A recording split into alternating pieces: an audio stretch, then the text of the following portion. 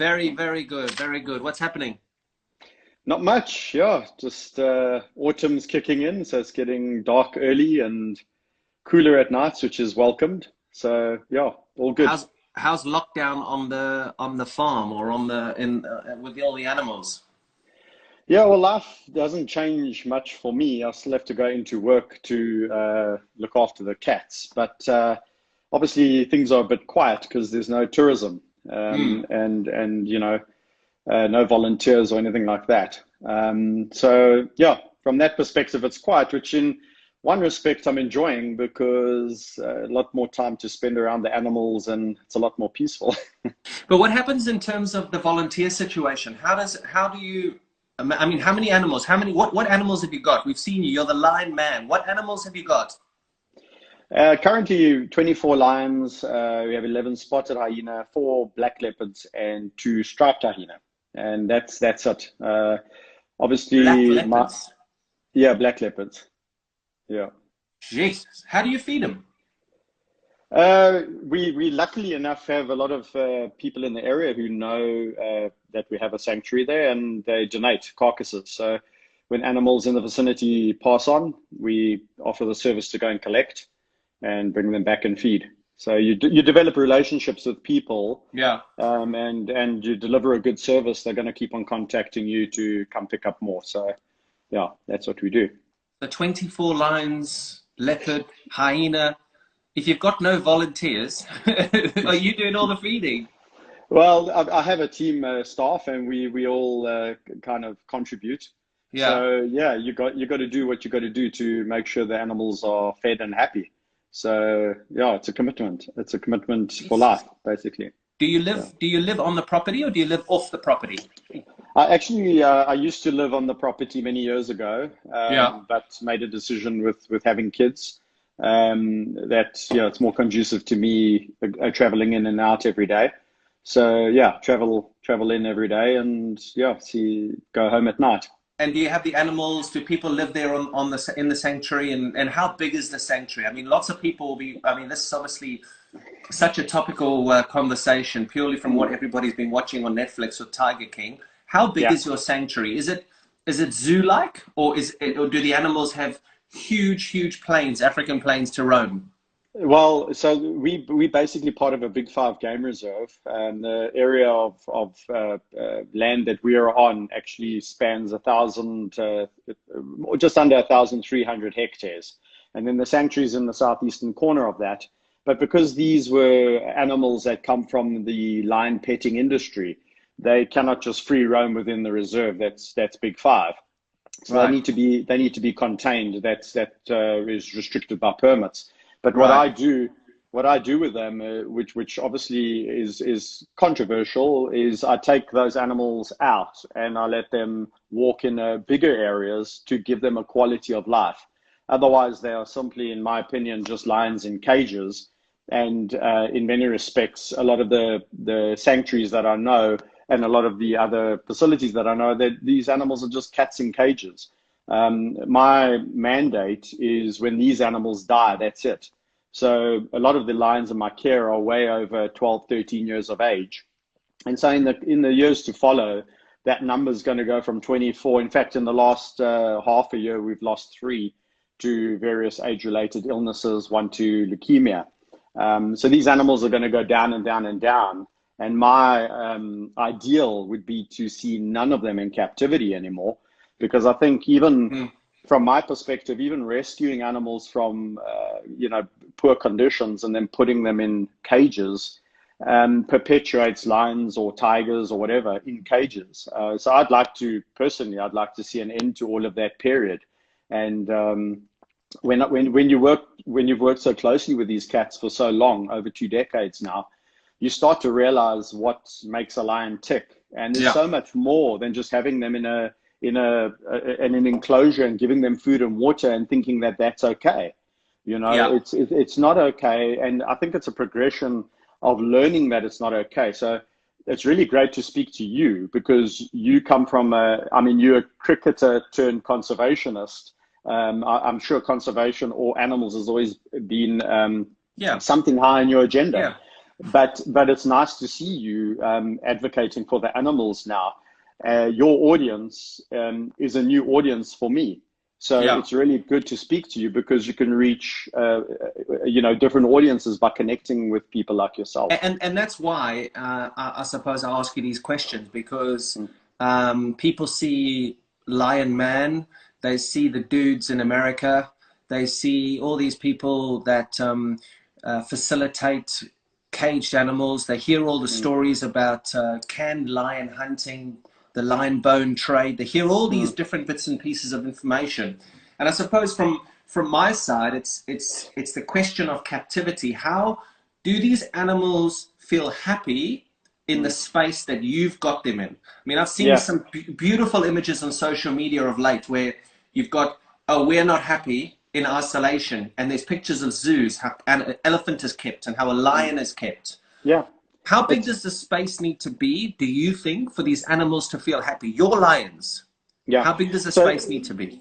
So it's all relative, and it's all putting it into perspective. So personally, lions that are born in a captive environment, what needs to be prevented is boredom. So when humans are confined, what do we hear people saying the most? We say, oh, we get bored. Yeah. Now, I liken it to our houses our houses are like a lion enclosure. Let's put it that way. Now, if we didn't get out of our enclosures and go out to the shops or out to the park or to your lodge in South Africa or wherever you go, you would go batshit crazy in your house permanently. And this has always been my belief and feeling as to why my relationships actually pave a way for these animals to live a better quality of life. Not saying that it is the way of the future. I'm just saying simply for the animals in my care at this point in time, when they die, they die. I'm not replacing those animals. Do they breed in your sanctuary? Nope, no breeding, because if you're breeding, you're perpetuating the problem. Yeah. So many years back, I said, this is it. I will care for you guys. My mandate was to care for these specific animals for a specific, and I get a lot of criticism for it, saying, oh, you only love your lions. And I'm like, no. It's not the case that it's like I can't advocate welfare for my neighbor's dog and my neighbor's dog. And I like dogs, but I can't be responsible for all dogs. So the point being is a lot of people shouldn't be keeping dogs as pets or cats as pets. Now, when you bring big cats into the equation, it's a whole different ball game.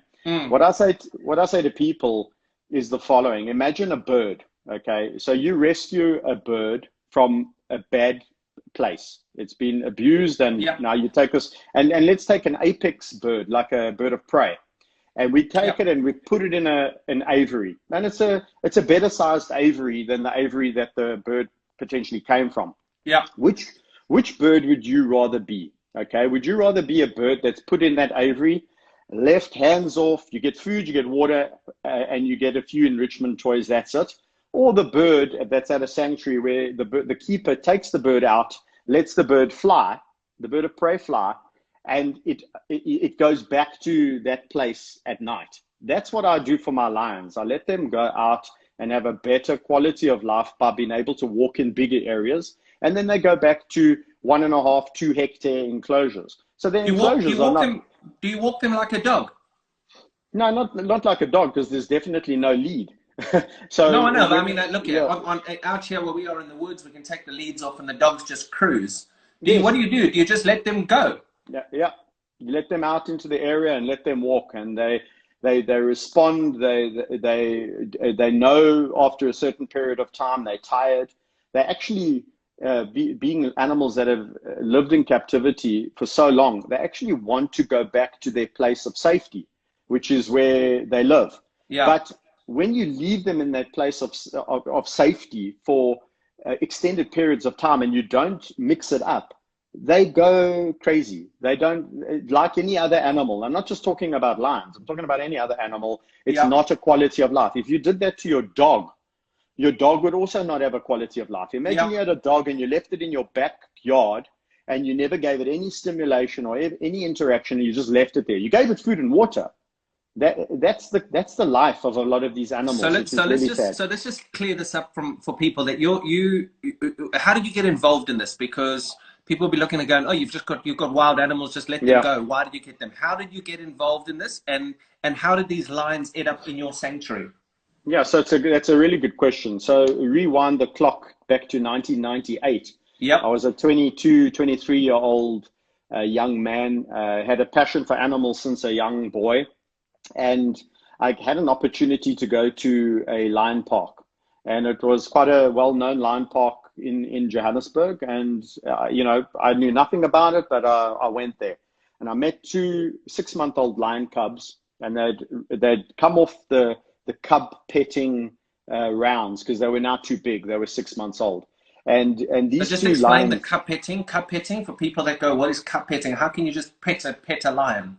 Yeah, exactly. So in South Africa, we have this massive problem where there's over 300 breeding facilities where a lot of them all around the country offer cub petting. So you can come for a fee and you can pay a fee to come and interact with a little lion cub between the age of 3 months and 6 months.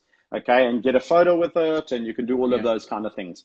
And then those lion cubs, when they get bigger, to say 6 to 8 to 12 months, these facilities do a walking kind of experience with them too, whereby there's a certain age limit, okay? Yeah. So then those lions grow up, and then they become a liability to a lot of places. So they get either sold on to a facility that facilitates hunting, or they get sold to breeding facilities that breed more lions for hunting.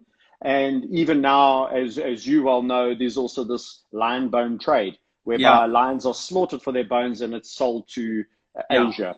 Yeah. So this facility that I started working at, I fell in love with these 2 lion cubs, and I was completely smitten. And as you start to mature and as you start to evolve as a young man, and you got to remember, Kevin, back in 1998, social media didn't exist. No. The internet was in its infancy. We all didn't really know what this internet was about, and Google and nowadays at the touch of a button, you can basically get information about anything. Yeah. Social media. I would never be having this conversation with you back in 1998. No. Because firstly, you would have been inaccessible. I would never have ever been able to make contact with Kevin Peterson. So social media has definitely enabled us to be able to get these messages out to broader audiences all around the world.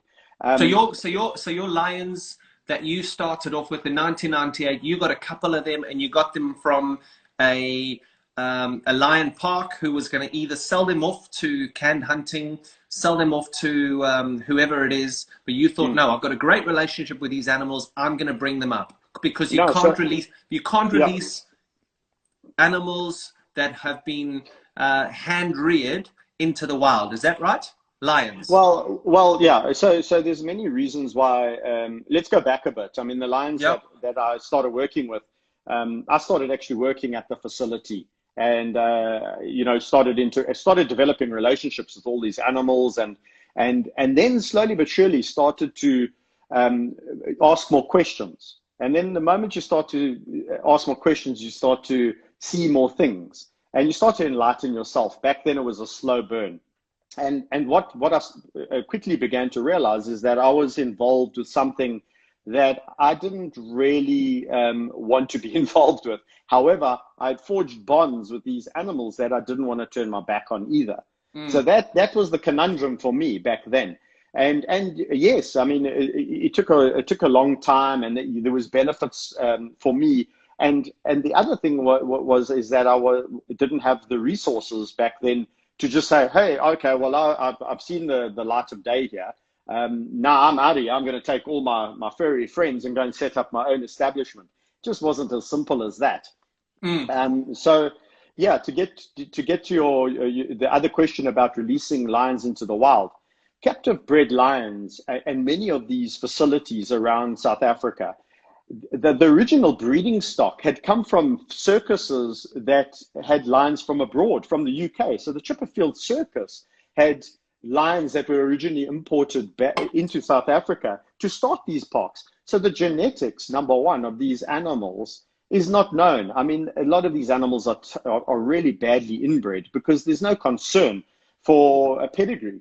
That wasn't the purpose of the business. Never has been. So that's the one aspect. Even if you had areas to release these captive lions into, which you don't, I'll get to habitat loss in a second. But even if you had the areas, you would be being irresponsible as a conservationist by releasing these brucks, so to speak, or these pavement specials into the wild. Habitat loss is the biggest threat that lions face in the wild today. Yeah. So all animals. All animals, quite right. And apex predators feel it the hardest, you know. So what I always say to people is there's like this romantic notion of freeing up the 10 to 12,000 captive lions, 10 to 12,000 in captivity in South Africa. This romantic notion of freeing them all is just a pipe dream. It's not going to happen, guys. So realize that. Yeah. In South Africa, our lion population, believe it or not, is actually stable, if not on the increase.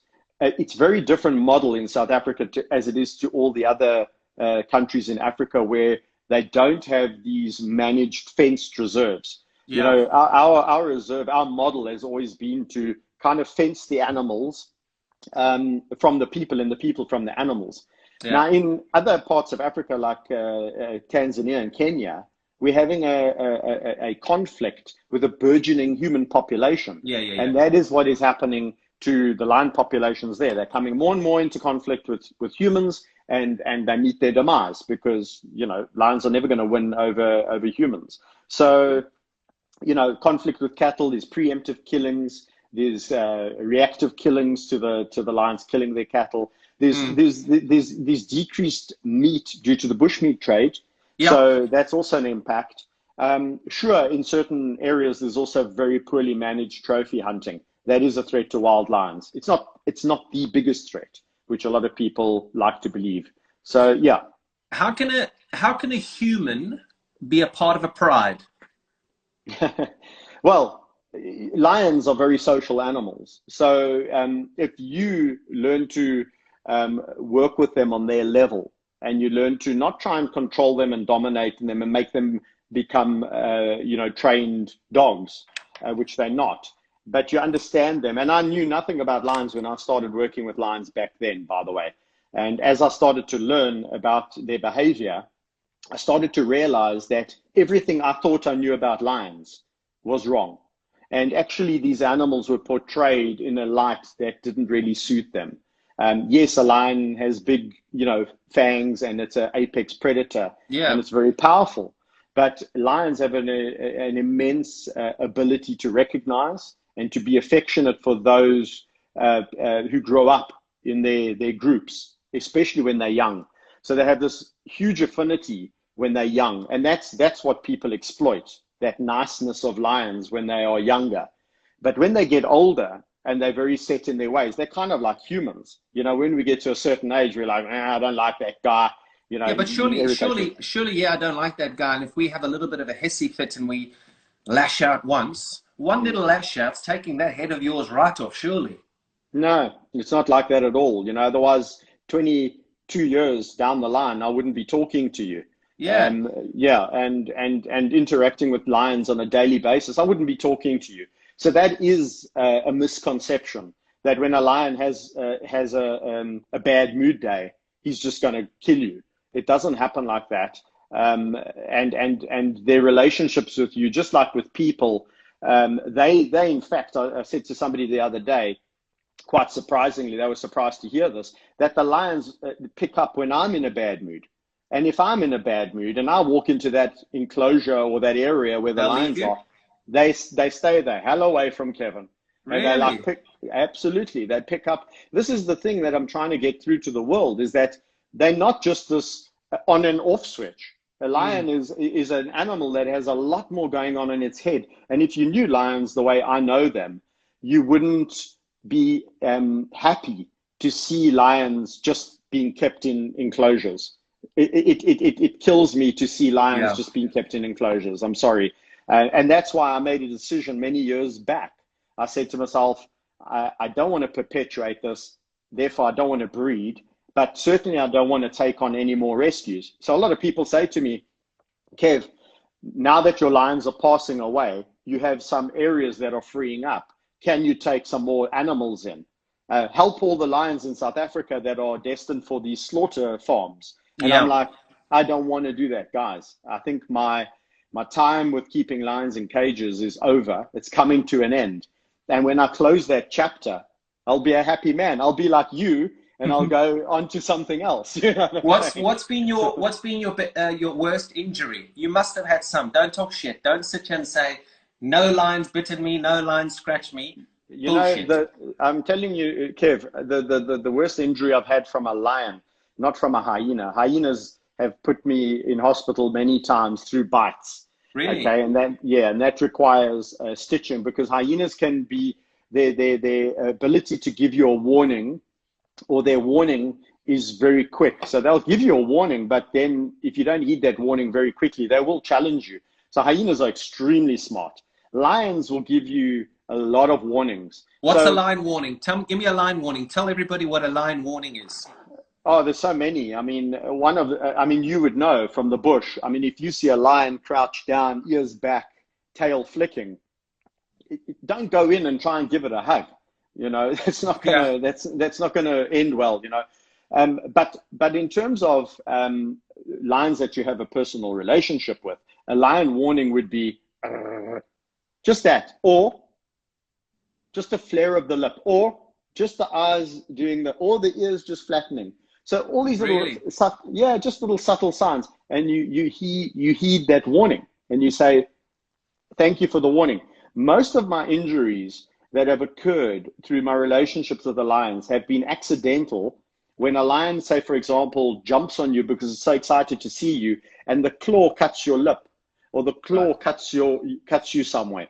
Yeah. It's not malicious. When I was younger and learning about lion behavior, I had a few close encounters with lions that I didn't know personally. Yeah. And I thought to myself, oh, okay, I'm the regular Dr. Dolittle of lions, so I'm going to go and befriend all these lions, even big ones, that I didn't have a personal relationship with. And I often say to people, it's like your best relationship is with, you know, the people who are closest to you, and that starts with your family, like your kids and your wife. Hopefully. I mean, I think everybody's is being tested at the moment. I had that conversation today with somebody who said to me, you know, one of the things that this lockdown will do is it will see which relationships or which marriages are strong. At least you got a day out. You can go and spend it with your animals. You lucky bucker. I know.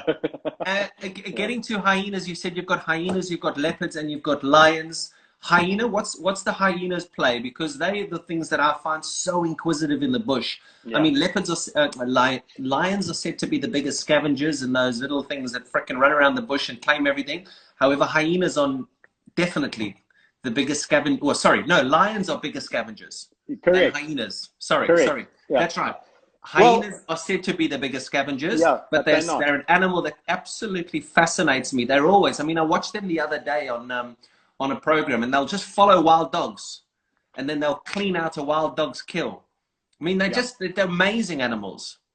So I did a series back in 2015, around about then, on we called it Deadly Predator Challenge, but it was basically putting hyenas against lions in a set of cognitive challenges. And you know, I had always known through working with hyenas how smart they were, but this series completely just showed how smart they were. I mean, these animals. Really? Oh my gosh! You know, one of my biggest missions in life, and I know you like hyenas, which is a great thing. Yeah. We're both called Kevin. We're both from South Africa, and we both love hyenas. So that's three good things. My mission in life, because when I started working with lions, I hated hyenas. I thought that hyenas were just put on this planet to give lions a hard time. Yeah. And I'd watched documentaries that had confirmed that belief. I'd watched and I'd seen The Lion King. And so I was completely convinced that hyenas were the bad guys here. And when I started a relationship with some hyenas way back when, And I started to see that these animals were so switched on. And the more I figured how switched on they were, the more I had this thirst to gain more knowledge on hyenas, to the point where I'm sitting here talking to you, and I'll tell you that a hyena in some cognitive experiments, in some problem solving experiments where it requires cooperation between two individuals, hyenas outcompete chimpanzees. Really? Really. So a lot of people go, what? They outcompete chimpanzees. So that shows the level of intelligence of these animals. Yeah. So clever bastards. Clever bastards. So when people say to me hyenas are scavengers, I'm like, they're not scavengers. They hunt up to 70% of what they eat, but they are opportunistic, just like you or I. Why are you going to go and hunt your steak when you can go and buy it in the shops? Yeah. So they wait for other animals to do all the hard work in some incidents, like you said about the wild dogs. And then they go and, try their luck. They'll try their luck on a lion. They'll try their luck on a leopard, wherever they can try their luck, because they're smart. They're masters of intimidation. So they can band, they're band together in these groups and and I love it. I just think do they meet your lions at all, or do you keep them separate? No. Oh, absolutely. They never. There's this. All predators somehow, unless they grow up together, they have this inherent or primal hate for each other. Yeah. So when you drive the lions past the hyenas go mad and the lions go mad. If you drive a hyena past the leopards go mad and the hyenas go mad. So there's this. Yeah, they don't like each other. But I have had cases in the past where a lion has grown up with a hyena and a hyena's grown up with lions. Yeah. And they're the best of mates, because they don't know any of those cultural differences, so to speak. And we know that with humans too. If you take away the adults and you just put all the children together, they all play nicely. As soon as you put the adults in the room, then all these racial tensions start to come to the fore. Let's get on to the time's flying. Jesus, half an hour, we've smashed this. Let's get on to, I think, with something that a lot of people want to know about. It's very topical at the moment, the Tiger King. And these guys in America that are taking each other on. One's now serving time. And there's different camps and breeding facilities. And when I was shooting a documentary in India about a month ago, they were telling me there was a lady, her family, her name is Kriti. She came and she spent some time with us, and her father brought back tigers into India. So he saved the tiger species in India and brought them back to a number where it's fairly respectable, but they don't have enough space, so they don't have enough. They don't have the population that they'd want. Now, I get back to London and I turn on a series that everyone's talking about, Tiger King, and I see these rather eccentric people brandishing animals and talking and carrying on, and you just look at it. And something that she said to me in India, she said there's more tigers in America than there are here in India and in Asia. And I said, shut up, Kriti. I said, there's no ways that's possible. You then get back here and I start watching this program and they start talking about this and you start seeing these facilities. Now, I suppose those situations are where fame meets money meets power. And the more money you have, sometimes you feel like you want to be famous. The more famous you are, the more you actually feel, I should have money. Now, from what I can see from that whole scenario, it's about them gaining so much traction, gaining so much familiarity, having so many people coming. And the more they got famous, the more money they got, the more everything spiraled out of control. And I probably do believe to some degree that they do love the animals, and they did love the animals. But initially. Initially. But that passed by the wayside when they saw loot and they saw TV cameras. Yeah. Your facility, is your facility a zoo where people come in to check the animals? Do people pay daily fees to come and see you? No, because I think that model is flawed in the sense that educationally, people gain nothing from coming to a facility, I think, my personal opinion. And there's no one really to guide them around and tell them, why are these animals here? You know, what is the history of this animal in this particular area? etc., etc. So we do 3 tours a week. It's literally 2-3 hours on a Tuesday, Thursday, and a Sunday. That's it. Apart from that, the facility is not open to the public. Right. And I think what happens with a lot of these facilities, just to touch on with the Tiger King, is exactly what you're talking about. Yeah. The ego overtakes. And so what initially starts as people saying, hey, I really love animals, so it would be cool to get a tiger. Or it'll be cool to get a lion. Now, it starts off with that notion. And what happens with a lot of people who have money, you talked about money, people with money say, well, everyone's got a dog and everyone's got a cat. I'd love to have something different. Why don't I get one of these Savannah cats? So they get a Savannah cat. Then a Savannah cat is not enough. So a Savannah cat is, it's not, okay, there's 100 people with Savannah cats. I want something different. So I want a tiger, or I want a leopard, or I want a lion. I want something, that's more. Well, it shows it's a symbol of wealth.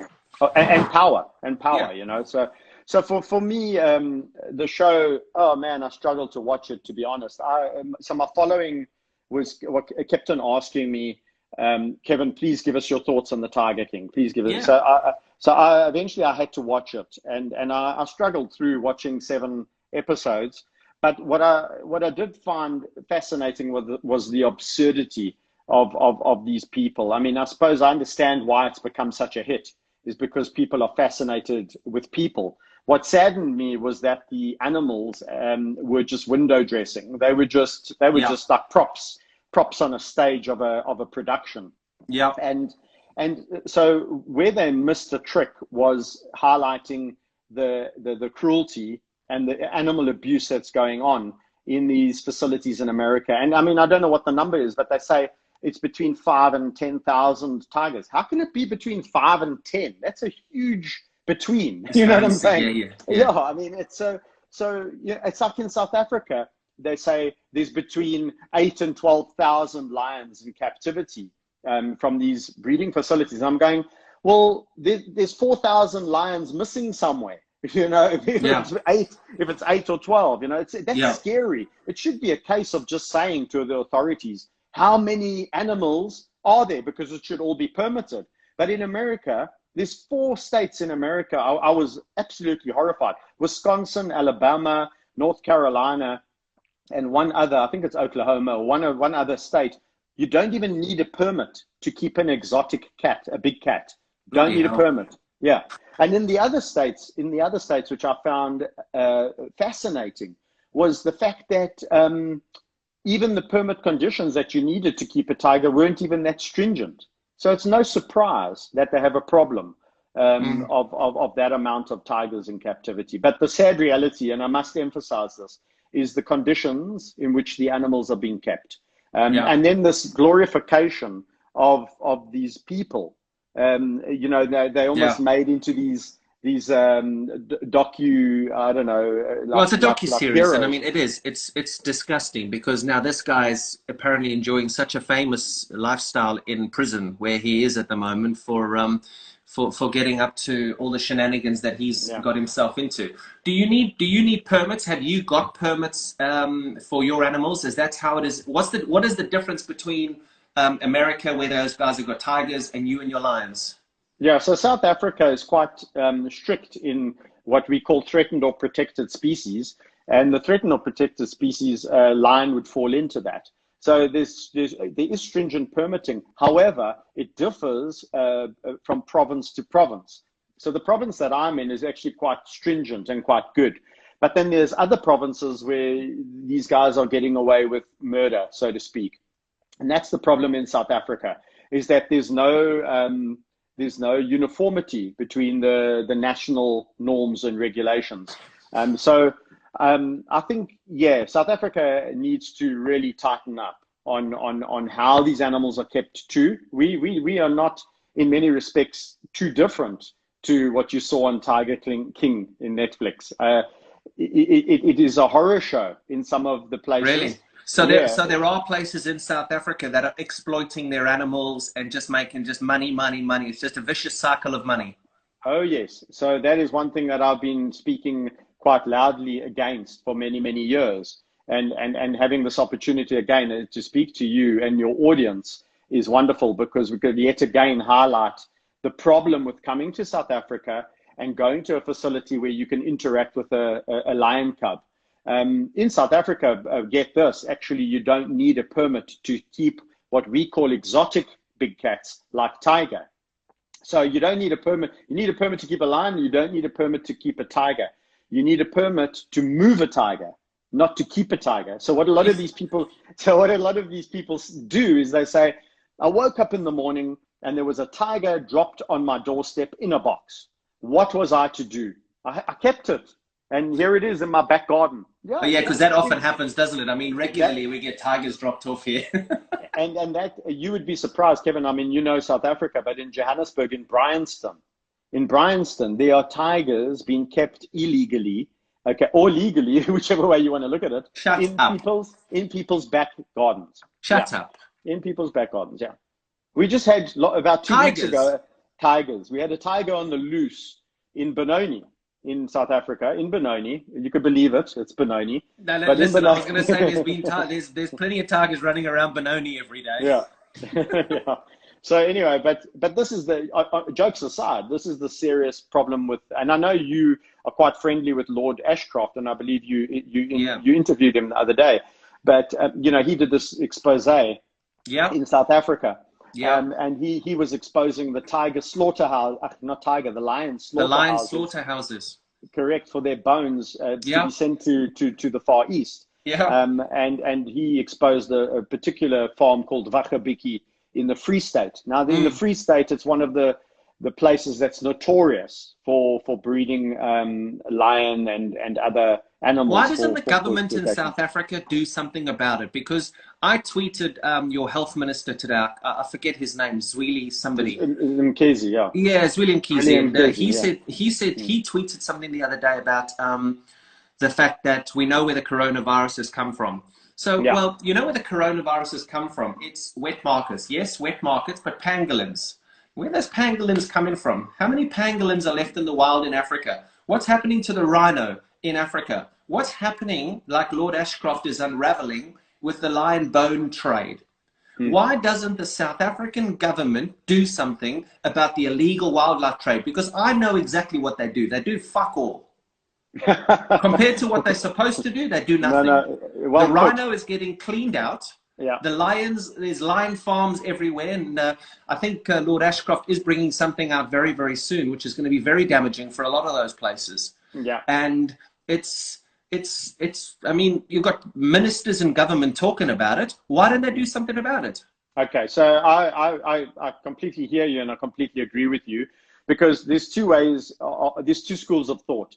One of the schools of thought is that we tell the tourist who comes to South Africa, don't participate in going to these petting facilities, and therefore if they didn't do that, I find that a difficult one, because the people that come and get educated, the repeat of these people back to these countries, the world is such a big place. There's people always coming in through our borders, and there's these brochures that you handed at the airport saying, come to our facility, we love our lions, look, we pledge this, we pledge that.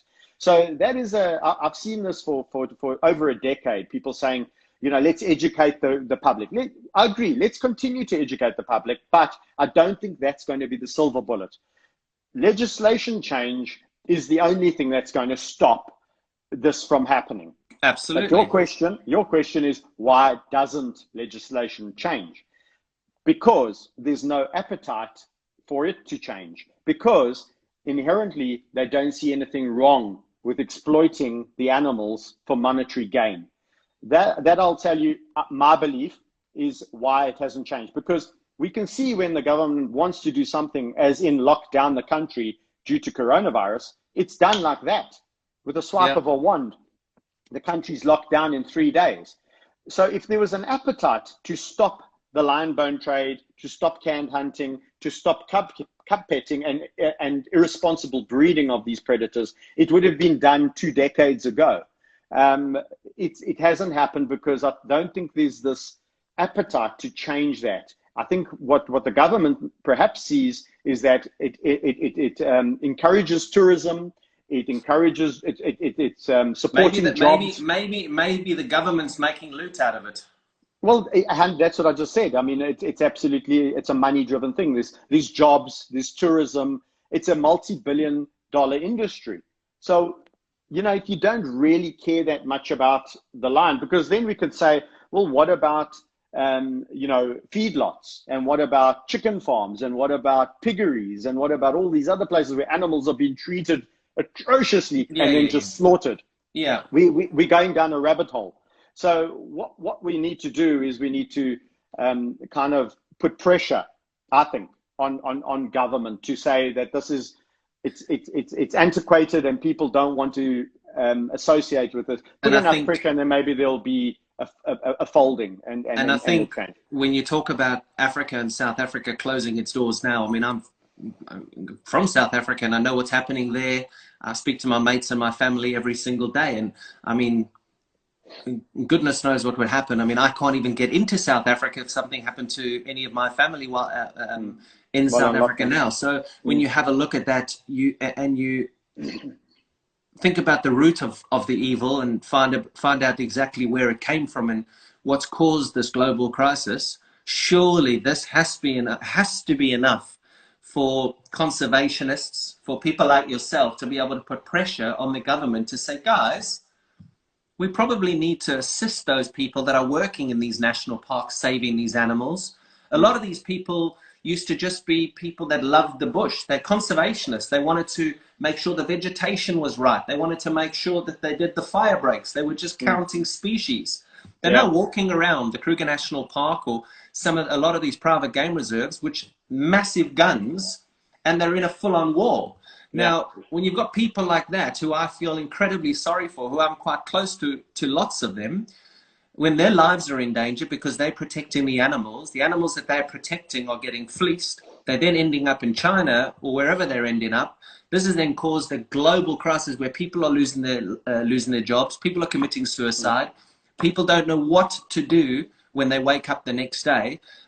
It's a pretty tragic place where we're sitting at the moment. And I mean, a lot of people say, oh, it's about humans right now. Yes, it is. And there's a lot of people doing things about humans. And there are a lot of amazing people. Our NHS here, the Frontline in South Africa, in America, all these brilliant people helping save people's lives. But we have an opportunity now to bang the drum home on what I've been doing and what obviously you do. For the last 7 years, I've been smacking the drum about the illegal wildlife trade. I mean, this has caused this garbage. It's done it before with SARS, HIV, all of these.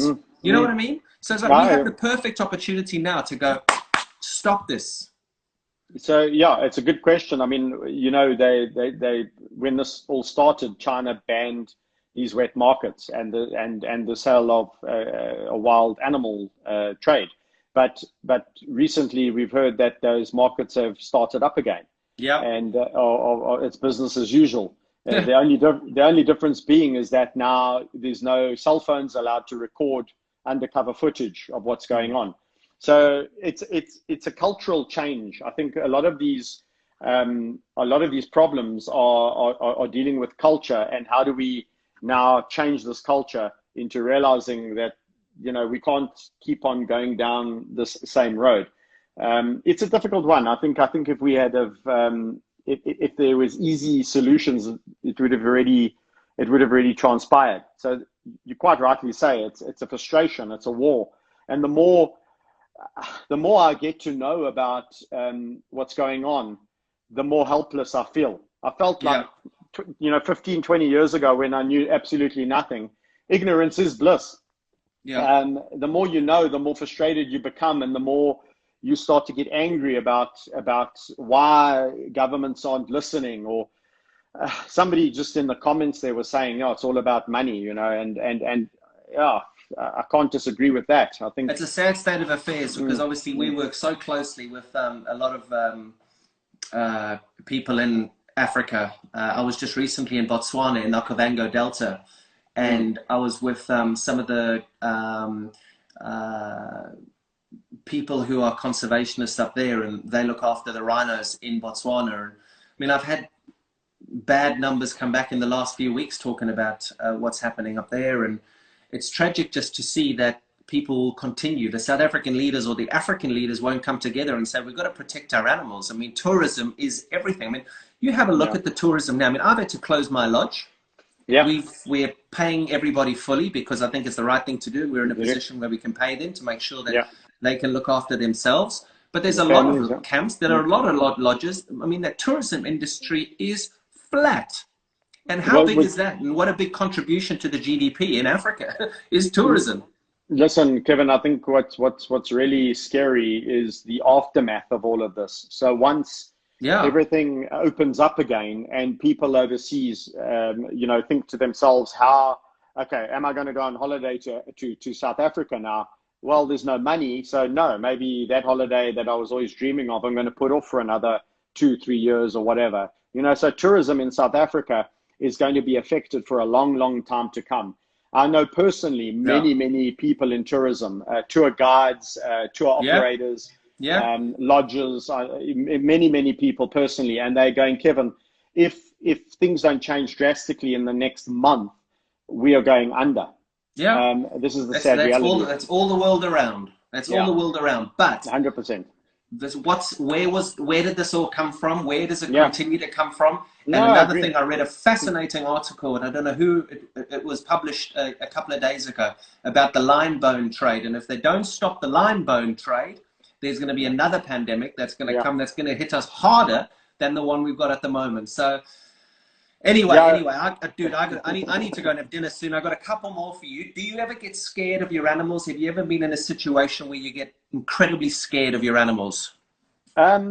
No, it's kind of, I think you get to a point where you know them and their personalities so well that you can say, I can see so-and-so is in a bad mood today, just leave him alone. And you can read a lot about what the other animals or the other lions are doing too. So you also, over the years, develop a very fine-tuned gut instinct or sixth sense. And so you definitely are paying attention to all of those things. So I don't think the right word is scared, but I think the right word is respectful. And I think as soon as you have this respect for them, and I must say, back in my youth, when I was younger, I approached working with the lions very differently, like I do now, because I was a young guy and I was kind of like happy-go-lucky, and I can conquer the world. You know how a young testosterone-filled lighty is, and you can relate to that because I know you were like that, and so you change, and we change for the better. I hope we change for the better. Over the last 2 decades, I've really changed my approach as to how I work with the animals and how I look at them and how I perceive them, and I think that puts you in a good place working with them. And I mean, it's a horrible question, but it's pertinent because Steve Irwin, working with animals the way that he worked with animals all over the world, and unfortunately he came to the end with everything. Do you worry? Is there any fear inside of you that things one day, one of these hyenas or one of my lions are just going to go, good night? Again, Kevin, I mean, over 2 decades of working with them, if I had if that had entered into my mind, I think it would have happened over a decade ago. So we all realize, I always use this analogy, when you hop into your car every day, if I had to ask you, Kevin, do you realize that this car is a very dangerous thing and you could die in this car? You would answer me, Kev, I do realize that a car can be lethal. But I don't think about it every day when I get into my car, because if I did that, I wouldn't get into my car every day. When I look at the statistics of how many people die on the roads every day in South Africa, you should be pooping in your pants getting into your car in South Africa and driving on our roads. But you don't. You get into your car. But people don't. But hold on. Driving a car is not the same as walking around with lions, brother. Walking around with lions, knowing them the way I do, is safer than getting in your car. Maybe.